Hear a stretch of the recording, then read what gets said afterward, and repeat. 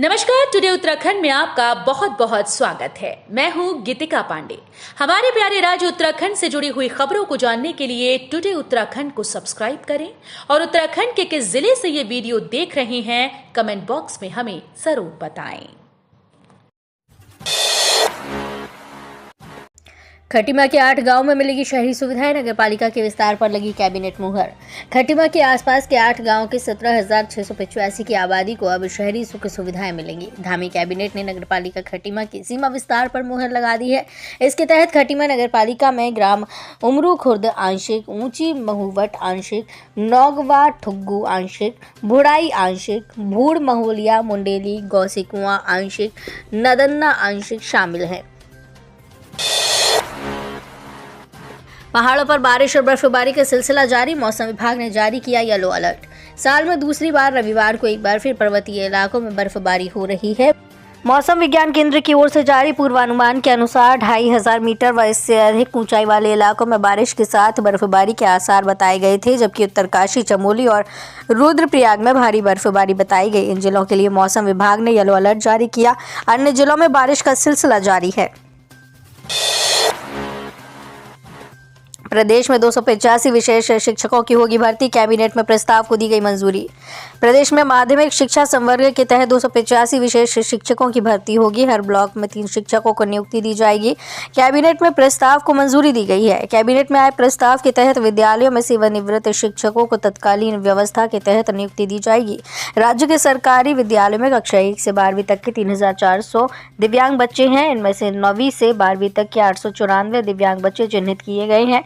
विशेष शिक्षकों की नियुक्ति के मामले में सुप्रीम कोर्ट से भी आदेश जारी किए गए। दर्दनाक हादसा, आपस में खेल रहे थे बस्ती में रहने वाले बच्चे, ट्रैक्टर के नीचे आई 4 साल की मासूम। प्रेमनगर थाना क्षेत्र में टोंस नदी किनारे 4 साल की मासूम ट्रैक्टर के नीचे आ गई, जिससे उसकी मौके पर ही मौत हो गई। पुलिस ने ट्रैक्टर को कब्जे में ले लिया। पुलिस ने बताया मृतका का पंचायतनामा कर पोस्टमार्टम कराया गया। थाना प्रभारी प्रेमनगर गिरीश नेगी ने बताया कि थाना क्षेत्र के टोंस नदी किनारे स्थित झुग्गी बस्ती में रहने वाले बच्चे आपस में खेल रहे थे। इसी दौरान बस्ती में खड़े ट्रैक्टर में चढ़कर किसी बच्चे ने ट्रैक्टर को गियर से हटाकर न्यूट्रल कर दिया।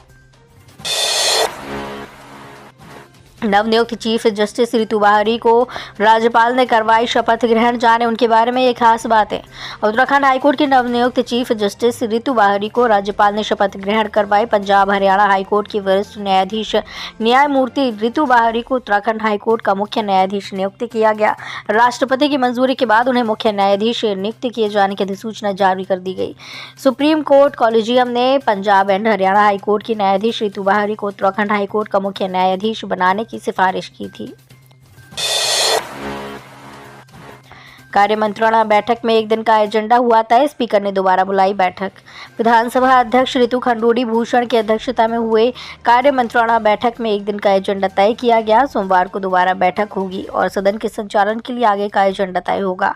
5 फरवरी से विधानसभा सत्र शुरू हो रहा है और पहले दिन विधानसभा सदस्यों के निधन पर शोक प्रकट किया जाएगा। सत्र की तैयारियां पूरी हो गई हैं। विधानसभा अध्यक्ष ऋतु खंडूड़ी भूषण ने रविवार को कार्य मंत्रणा समिति की बैठक बुलाई, जिसमें सदन का बिजनेस तय हुआ। कार्य मंत्रणा की बैठक के साथ ही स्पीकर विधायक मंडल दल के नेताओं के साथ भी बैठक की। गौशाला के समीप खेल रहे थे बच्चे, झाड़ी में घात लगाए बैठे गुलदार ने 11 साल के बच्चे को बनाया निवाला।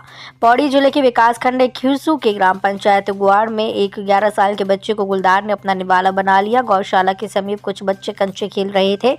इसी दौरान एक गोली दूर चली गई। अंकित सिंह 11 वर्षीय पुत्र राकेश सिंह गोली लेने गया, तभी झाड़ी में घात लगाए गुलदार ने उस पर हमला कर दिया।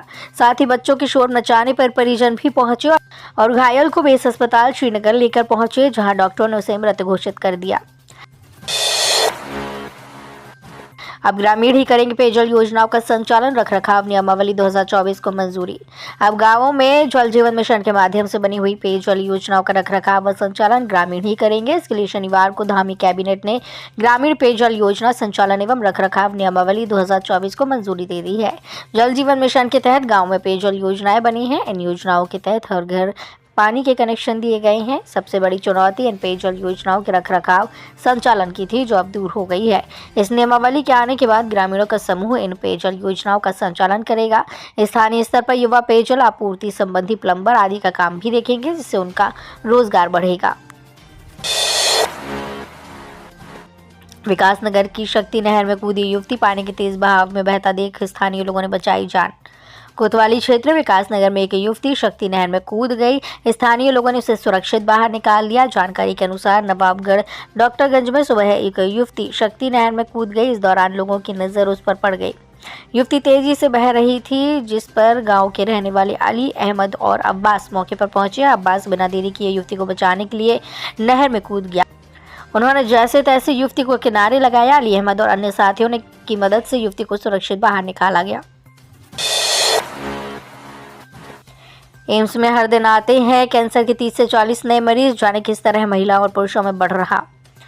एम्स ऋषिकेश में हर दिन करीब 30 से 40 से कैंसर के नए मरीज आते हैं, जिनमें 5 से 6 महिलाएं स्तन कैंसर व 3 से 4 महिलाएं बच्चेदानी के मुंह के कैंसर से पीड़ित होती हैं। एम्स के विशेषज्ञ चिकित्सकों का कहना है कि महिलाओं में स्तन कैंसर का प्रमुख कारण पाश्चात्य संस्कृति की ओर रुझान व जागरूकता की कमी है। सिलक्यारस सुरंग में बिछाए जा रहे ह्यूम पाइप निर्माण के लिए सावधानी के साथ कदम बढ़ा रही संस्था। सिलक्यारस सुरंग में ह्यूम पाइप बिछाना शुरू कर दिया गया है। भूस्खलन हादसे के बाद सुरंग निर्माण के लिए जरूरी डी वाटरिंग व भूस्खलन के मलबे को निकालने से पहले ये कार्य सुरक्षा के मद्देनजर किया जा रहा है। बीते 12 नवंबर को यमुनोत्री हाईवे पर निर्माणाधीन 4.5 किलोमीटर लंबी सिलक्यारा पोल गाँव सुरंग में भूस्खलन हुआ था, जिसके चलते सुरंग के अंदर काम कर रहे 41 मजदूर फंस गए थे, जिन्हें 17 दिन तक रेस्क्यू ऑपरेशन के बाद सकुशल निकाला गया था।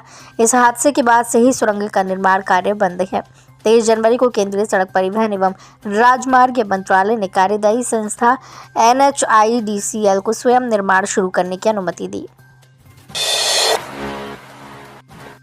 कल से विधानसभा परिसर के चारों ओर लगेगी धारा 144। यूसीसी पर विपक्ष बनाएगा रणनीति। 5 फरवरी से विधानसभा परिसर के चारों ओर 300 मीटर की परिधि में धारा 144 लागू रहेगी। जिलाधिकारी सोनिका ने बताया, सोमवार से शुरू हो रहे विधानसभा सत्र के दौरान निर्धारित क्षेत्र में संगठनों पर व समुदायों के प्रदर्शन गतिविधियों पर पाबंदी रहेगी। भीड़ लगाने सहित किसी भी प्रकार की नारेबाजी, लाउडस्पीकर का प्रयोग, सरकारी इमारतों पर नारे लिखना प्रतिबंधित रहेगा। किसी भी प्रकार की जुलूस, प्रदर्शन, सार्वजनिक सभा को बिना पूर्व अनुमति के नहीं किया जा सकेगा। सब्सिडी पाने के लिए शूटिंग स्थल का नाम भी दिखाना होगा। प्रतिभावान छात्रों को मिलेगी छात्रवृत्ति। नई फिल्म नीति के तहत अब उत्तराखंड की खूबसूरत लोकेशन पर शूटिंग के साथ ही फिल्म में उसका नाम भी दिखाना होगा। इसी आधार पर सब्सिडी का लाभ मिलेगा। खास बात यह है कि फिल्म में स्थानीय कलाकारों, तकनीशियनों को मौका देने वालों को सरकार अलग से 10 लाख रुपए देगी। इससे राज्य के कलाकारों को करियर का मजबूत विकल्प मिलेगा। तो ये थी हमारे प्यारे राज्य उत्तराखंड से जुड़ी हुई कुछ खास और अहम खबरें। इसी तरह की लेटेस्ट अपडेट पाने के लिए अभी सब्सक्राइब करें टुडे उत्तराखंड चैनल को। धन्यवाद।